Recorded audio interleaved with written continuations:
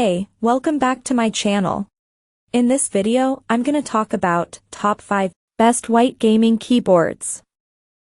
Starting at number 5. Keychron K2 version 2. The Keychron K2 redefines affordability for wireless gaming keyboards. It's marked itself out, in the eyes of generalists, as a marvelous entry-level keyboard that can act as a gateway into the wider world of mechanicals. Starting out at just $69, you get a decent-sized gaming keyboard with great wireless functionality and Keychron mechanical switches for your money. Its design is simple with gray ABS keycaps and a slightly more compact 84-key layout that only skimps out on the numpad, and offers a slightly squashed NAV cluster.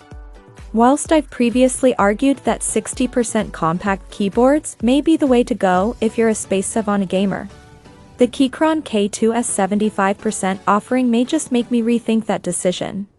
It's nicely vibrant and crisp and offsets the darker keycap coloring nicely.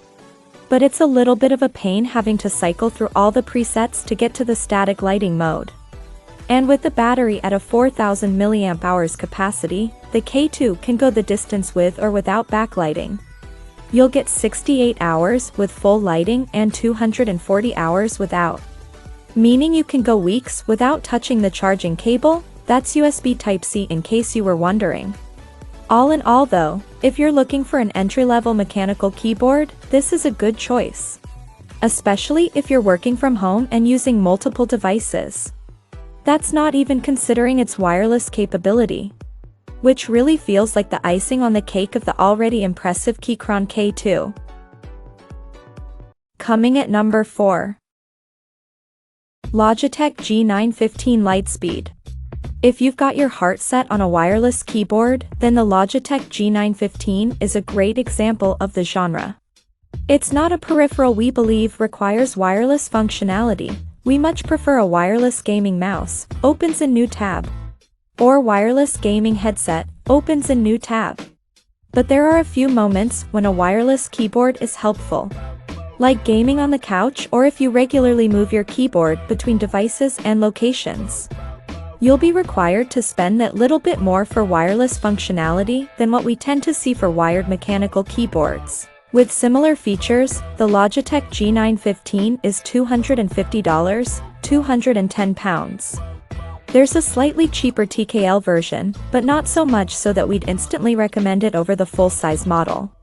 Macro functionality has been shifted to a secondary program of the function keys.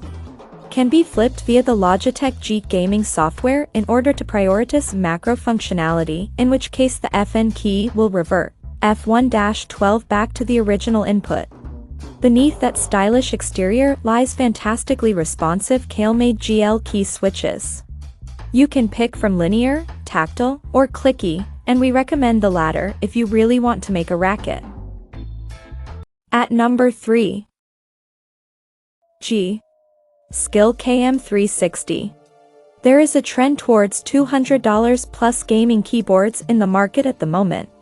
But that doesn't mean there aren't quality mechanical switchboards available at a more reasonable price. Often you'll find these more budget-oriented options offering cheap switches from other manufacturers, but the Skill KM360 comes featuring the classic Cherry MX Red linear switch out of the gate and doesn't cost a bomb. To pick up legit Cherry switches you could run up quite a bill with the largest, most fully featured gaming keyboards. If you can't cope without your gaming board being lit up like a rainbow, then you may be disappointed with the single color option. But damn, the white LEDs on this Skill board are the brightest I've ever seen. Normally I like to keep at max brightness all day long, but the KM360 would burn out my retina if I did.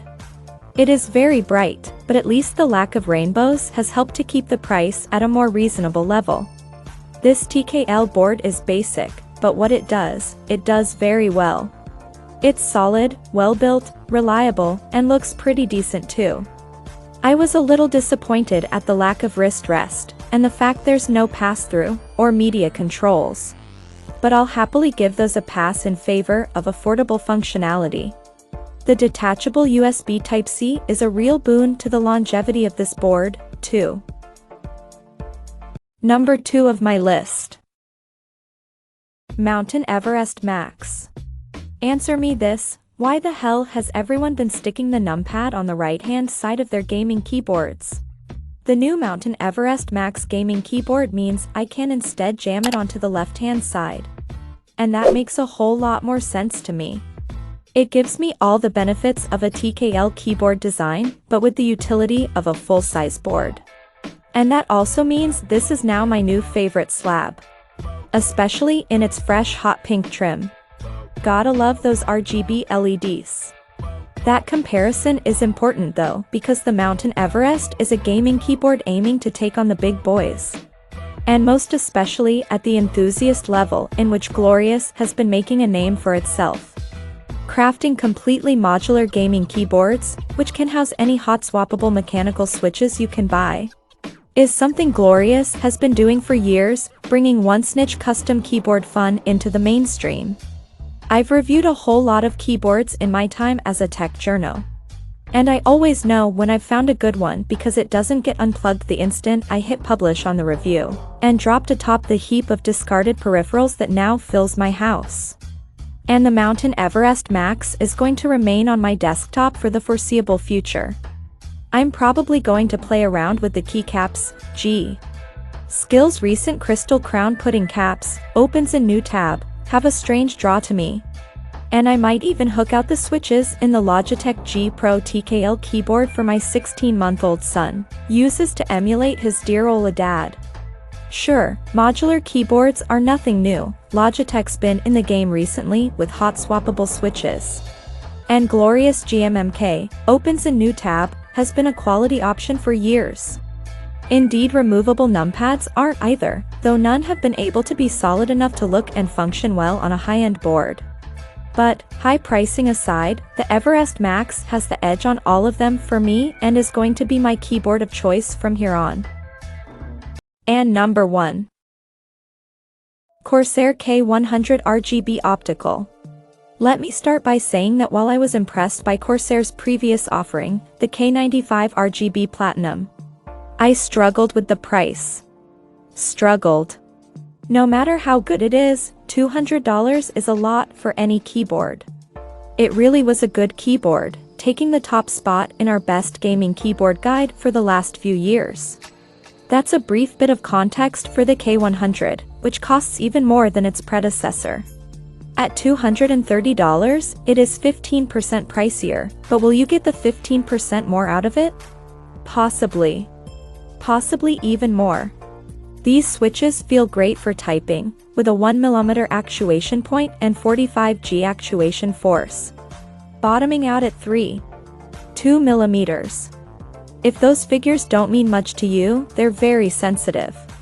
I found myself watching my fingers in games as I turned left and right without realizing I'd actually started pushing down on the keys. This is a sensitive keyboard and needs to be treated as such. After a week of use though, it feels incredible to work and play with.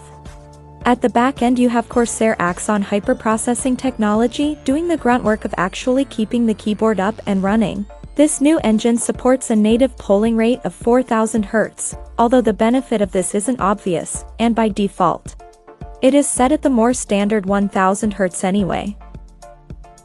Check out this video description for latest price and more informations. Thank you for watching this video. Please subscribe and stay tuned.